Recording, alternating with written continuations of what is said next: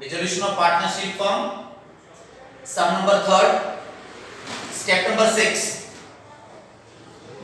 Resolution of partnership firm का problem number third. Step number 6. If asset is taken by partner.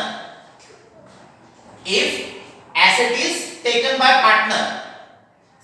In this problem, balance sheet के नीचे आपको ये जो paragraph दिया है, बैलेंस शीट के नीचे ये जो आपको पैराग्राफ दिया है, इस पैराग्राफ में एसेट टेकन बाय पार्टनर इसका कोई भी एडजस्टमेंट सम में दिया नहीं है।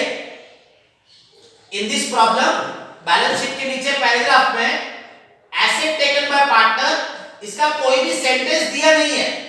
तो इस सम के अंदर आपको एसेट टेकन बाय पार्टनर इसका जर्नल एंट्री करना नहीं है।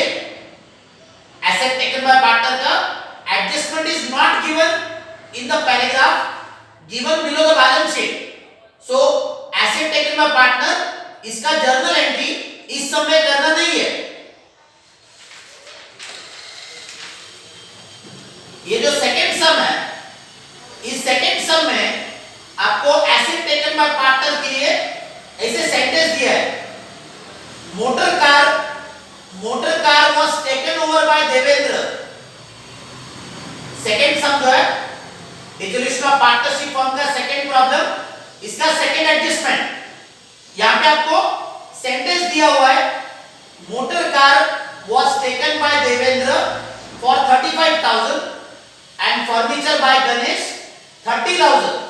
तो बैलेंस शीट के नीचे पैराग्राफ के अंदर अगर आपको ऐसे सेंटेंस आता है, motor car taken by Devendra, furniture taken by Ganesh, then only आपको एसेट टेकन बाय पार्टनर इसका जर्नल एंट्री करना है। इस थर्ड सम में बैलेंस शीट के नीचे पैराग्राफ में एसेट टेकन बाय पार्टनर इसका कोई भी सेंटेंस दिया नहीं है, तो उसका जर्नल एंट्री आपको करना नहीं है। नेक्स्ट स्टेप है step number 7। Step number 7, payment of liabilities. Payment of liabilities, balance sheet में दो लायबिलिटीज है, creditors and bills payable. Balance sheet में दो लायबिलिटीज है, क्रेडिटर्स एंड बिल्स पेएबल। ये दोनों लायबिलिटीज का आपको पेमेंट करना है। बैलेंस शीट के नीचे पैराग्राफ में क्रेडिटर्स एंड बिल्स पेएबल, इसके लिए इस पैराग्राफ के अंदर कोई भी एडजस्टमेंट नहीं है। बैलेंस शीट के नीचे पेमेंट ऑफ लायबिलिटीज के लिए, क्रेडिटर्स एंड बिल्स पेएबल के लिए नीचे पैराग्राफ में कोई भी एडजस्टमेंट दिया नहीं है। तो if in the problem information is not given about the payment of liability, if in the problem information is not given about the payment of liability, in that case you have to pay both the liabilities in full। Balance sheet के नीचे paragraph में payment of liability का अगर information दिया नहीं है, तो आपको क्या करना है, आपको लायबिलिटी का फुल पेमेंट करना है। तो इस सम के अंदर आपको क्रेडिटर्स एंड बिल्स पेएबल, ये दोनों लायबिलिटीज का क्या करना है, फुल पेमेंट करना है। तो पेमेंट ऑफ लायबिलिटीज में इस वर्किंग नोट में लिखना है, क्रेडिटर्स, बैलेंस शीट में क्रेडिटर्स का अमाउंट है 20,000,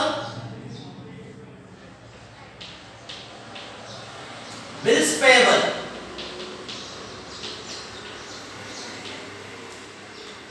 बैलेंस शीट में बिल्स पेएबल का अमाउंट है 7,000। So the total amount of payment of liabilities, 27,000।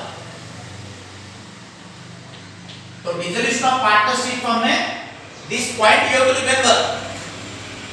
Balance sheet के नीचे जो पैराग्राफ है, इस पैराग्राफ के अंदर आपको पेमेंट ऑफ लायबिलिटी के लिए कोई भी सेंटेंस दिया नहीं है। तो आपको क्या करना है, आपको बैलेंस शीट में जो लायबिलिटीज है, वो लायबिलिटीज का आपको क्या करना है, फुल पेमेंट करना है। तो पेमेंट ऑफ लायबिलिटीज में क्रेडिटर्स एंड बिल्स पेएबल, ये दोनों लायबिलिटीज का मैंने क्या किया, फुल पेमेंट किया हुआ है। तो जर्नल में क्या करना है, जर्नल में पेमेंट ऑफ लायबिलिटी का भी एंट्री लिखना है। जर्नल में पेमेंट ऑफ लायबिलिटी का एंट्री लिखना है। तो write the journal entry, realisation account debit to bank account.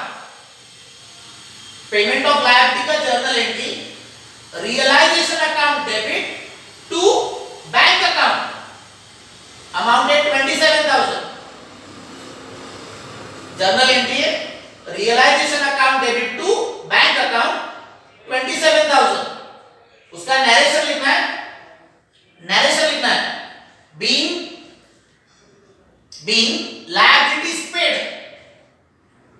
Narration जो है, नरेशन है बीइंग लायबिलिटीज पेड। उसका लेजर में भी पोस्टिंग करना है। जर्नल एंट्री का रियलाइजेशन अकाउंट के डेबिट साइड में और बैंक अकाउंट के क्रेडिट साइड में लेजर पोस्टिंग करना है। पेमेंट ऑफ लायबिलिटी का जो एंट्री है, realisation account debit to bank, उसका ledger posting.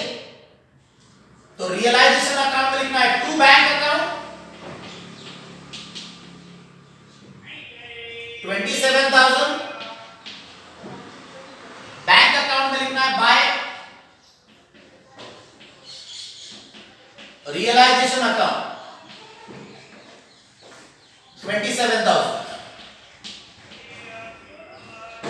Realisation account debit side में टू बैंक, बैंक अकाउंट के क्रेडिट साइड में बाय रियलाइजेशन। ये हो गया आपका step number 7, payment of liability. Next step है step number 8, if liability is taken by partner. Step number 8, if liability is taken by partner.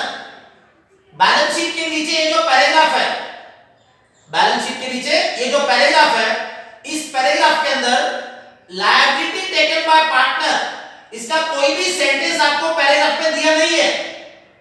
Balance sheet के नीचे paragraph के अंदर लायबिलिटी टेकन बाय पार्टनर, इसका कोई भी एडजस्टमेंट इस सम के अंदर दिया नहीं है। तो लायबिलिटी टेकन बाय पार्टनर, इसका जर्नल एंट्री इस सम में करना नहीं है। बैलेंस शीट के नीचे पैराग्राफ में liability taken by partner, adjustment is not given. तो this step liability taken by partner, इसका जर्नल में एंट्री करना नहीं है। नेक्स्ट स्टेप है अभी payment of partners loan. Step number 9, step number 9, payment of partners loan. तो बैलेंस शीट में आपको A's loan account is given. Balance sheet में आपको एज लोन अकाउंट दिया है। अभी ये पार्टनर्स का जो लोन है, इसका पेमेंट करना है। पार्टनर्स लोन का पेमेंट करना है। बैलेंस शीट के नीचे पैराग्राफ के अंदर payment of partners loan, balance sheet के नीचे पैराग्राफ में पेमेंट ऑफ पार्टनर्स लोन, इसके लिए कोई भी एडजस्टमेंट दिया नहीं है। If in the problem adjustment is not given, if in the problem adjustment is not given about the payment of partners loan, in that case ये ए का जो लोन है, इसका फुल पेमेंट करना है। बैलेंस शीट में जो एज लोन दिया है 4,000, इसका फुल पेमेंट करना है। तो write the journal entry, journal में एंट्री लिखना है, पेमेंट ऑफ पार्टनर्स लोन का एंट्री लिखना है। जर्नल में एंट्री लिखना है, as loan account debit to bank account. Journal entry, as loan account debit to bank account 4,000। Balance sheet में आपको ए का लोन का अमाउंट दिया 4,000। तो journal entry for payment of partners loan, as loan account debit to bank account 4,000। Narration लिखना है, journal entry का narration लिखना है, being partners loan paid, being partners loan paid. उस एंट्री का भी लेजर अकाउंट में पोस्टिंग करना है। एंट्री का ledger posting, A's loan account debit side and bank account credit side. Journal entry है as loan account debit to bank. तो A's loan account के डेबिट साइड में लिखना है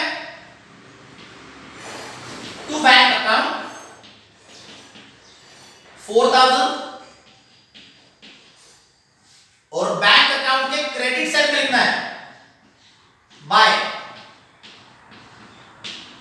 as loan account 4000 A's loan account debit side to bank and bank account credit side by A's loan 4000। ये जो ए का जो लोन अकाउंट है इसको क्लोज करना है। एज लोन अकाउंट इसका debit side and credit side ये इक्वल करना है। ये हो गया आपका step number 9 payment of partners loan. Next step है भी step number 10 payment of realisation expenses, dissolution expenses और winding up expenses. Step number 10 payment of realisation expenses, dissolution expenses और winding up expenses. Balance sheet के नीचे आपको second adjustment है dissolution expenses were rupees 1500, dissolution expenses rupees 1500। तो इसका journal में entry लिखना है। डिसोल्यूशन एक्सपेंसेस का जर्नल में एंट्री लिखना है। तो write the journal entry first, realisation account debit to bank account, dissolution expenses 1500, इसका journal entry realisation account debit to bank account 1500। Narration लिखना है, जर्नल एंट्री का नरेशन लिखना है being dissolution expenses paid. Narration जो है नरेशन लिखना है being dissolution expenses paid, amount है 1500। जर्नल एंट्री है realisation account debit to bank account, amount है 1500। नरेशन लिखना है बीइंग डिसोल्यूशन एक्सपेंसेस पेड, इसका लेजर अकाउंट में पोस्टिंग करना है रियलाइजेशन अकाउंट के डेबिट साइड में और बैंक अकाउंट के क्रेडिट साइड में। Realisation account debit side to bank account 1500 and bank account credit side by realization account 1500। realization account में टू बैंक 1500, बैंक अकाउंट में बाय रियलाइजेशन 1500। ये हो गया आपका step number 10 payment of dissolution expense. Next step है step number 11 profit on realisation और loss on realisation. Next step है profit on realisation और loss on realisation. In this problem आपका रियलाइजेशन अकाउंट का क्रेडिट साइड ग्रेटर है। Realisation account का आपका credit side greater है, तो रियलाइजेशन अकाउंट का क्रेडिट साइड टोटल करना है, इसमें से डेबिट साइड माइनस करना है। रियलाइजेशन अकाउंट का क्रेडिट साइड ग्रेटर है, तो क्रेडिट साइड का टोटल करना है, डेबिट साइड माइनस करना है। डिफरेंस को आपको लिखना है टू प्रॉफिट। तो रियलाइजेशन अकाउंट का क्रेडिट साइड ये 1,05,000,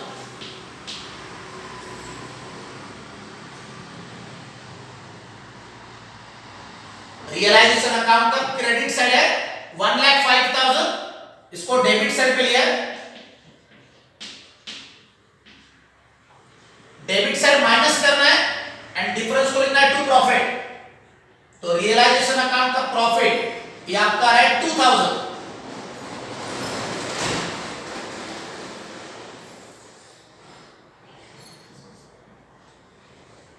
रियलाइजेशन अकाउंट का क्रेडिट साइड है 1,05,000, इसमें से ये डेबिट साइड माइनस किया तो प्रॉफिट का अमाउंट आ गया 2,000। ये जो प्रॉफिट है ये प्रॉफिट को डिस्ट्रीब्यूट करना है। रियलाइजेशन अकाउंट का जो प्रॉफिट है 2,000, इसको पार्टनर्स में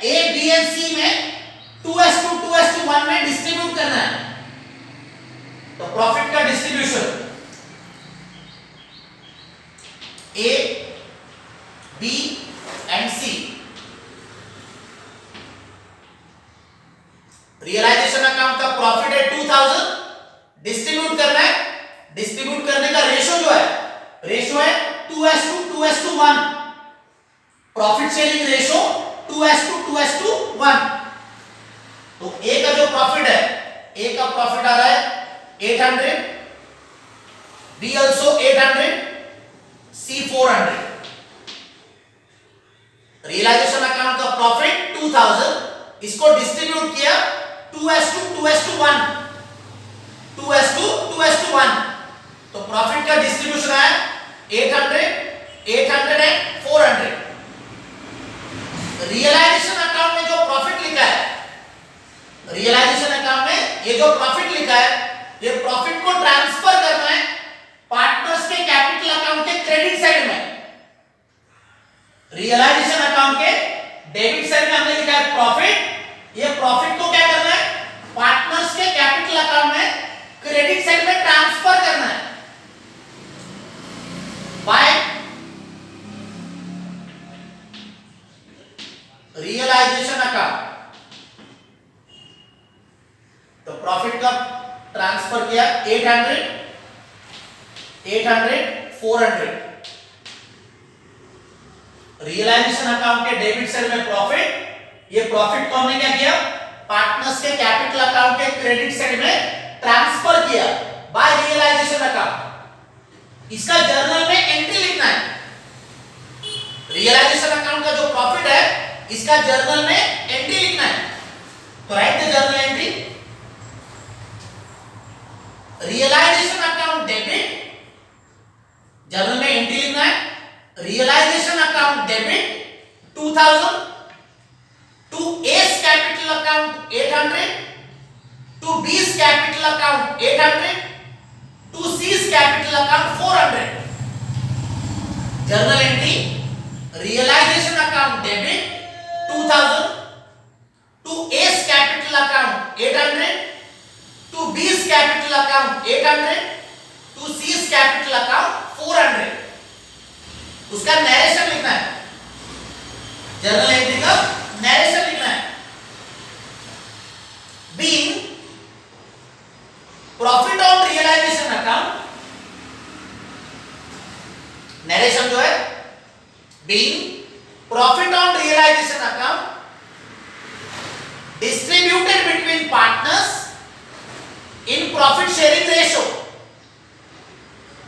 नरेशन जो है, नरेशन आपको लिखना है being profit on realisation account, profit on realisation account distributed between partners in profit sharing ratio. And now the last step है पार्टनर्स के कैपिटल अकाउंट्स क्लोज करना है। पार्टनर्स के कैपिटल अकाउंट्स क्लोज करना है। पार्टनर्स कैपिटल अकाउंट का credit side total करना है। पार्टनर्स कैपिटल अकाउंट का क्रेडिट साइड टोटल, इसमें से ये डेबिट साइड माइनस करना है एंड जो डिफरेंस आएगा वो डिफरेंस को आपको लिखना है to bank account. Partners capital account का क्रेडिट साइड टोटल, इसमें से माइनस करना है डेबिट साइड, डिफरेंस को लिखना है टू बैंक अकाउंट। तो ए का जो टोटल है, ए का टोटल है 32,000, बी का टोटल है 12,000, सी का टोटल है 11,000। ए का टोटल है 32,000, बी का 12,000, सी का 11,000। इसको डेबिट साइड पे लेना है 32,000, 12,000, 11,000। इसमें से डेबिट साइड माइनस करना है। 32,000 में से 3600 माइनस करना है, रिमेनिंग अमाउंट है 28,400। बी का जो है 12,000 में से 3600 माइनस करना है, रिमेनिंग अमाउंट है 8,400। और 11,000 में से 1,800 माइनस करना है, रिमेनिंग अमाउंट आएगा आपका 9,200। 32,000 में से सब्ट्रैक्ट किया 3,600, तो रिमेनिंग अमाउंट है 28,400। 12,000 में से माइनस किया 3600, रिमेनिंग है 8400, एंड 11,000 में से माइनस किया 1800, रिमेनिंग है 9200। तो पार्टनर्स कैपिटल में लिखा है टू बैंक, पार्टनर्स कैपिटल में डेबिट साइड पे लिखा है टू बैंक, तो अभी बैंक अकाउंट में लिखना है, बैंक अकाउंट के क्रेडिट साइड में by A's capital account 28,400 bye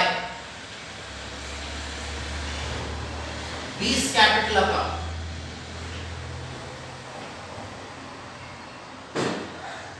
8,400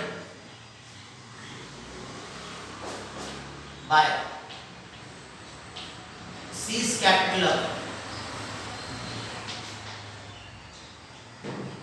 9,200 bank account में by A's capital account 28,400 by B's capital account 8,400 by C's capital account 9,200। इसका जर्नल में एंट्री लिखना है, पार्टनर्स कैपिटल अकाउंट में ये जो डेबिट साइड पे लिखा है टू बैंक, इसका जर्नल में एंट्री लिखना है। तो write the journal entry, A's capital account debit 28,400, journal में entry A's capital account debit 28,400, B's capital account debit 8,400, C's capital account debit 9,200 to bank account. Journal entry A's capital account debit 28,400, B's capital account debit 8,400, C's capital account debit 9,200 to bank account. उसका narration लिखना है, entry का narration लिखना है, being balance of partners capital accounts, being balance of partners capital accounts settled through bank account। Narration जो है being balance of partners capital accounts settled through bank account, and finally ये bank account का total करना है, bank account का debit side and credit side ये दोनों total आपके इक्वल आने चाहिए। तो बैंक अकाउंट का टोटल ये आपका है 78,500, बैंक अकाउंट का debit side and credit side ये टोटल आपका इक्वल आएगा 78,500।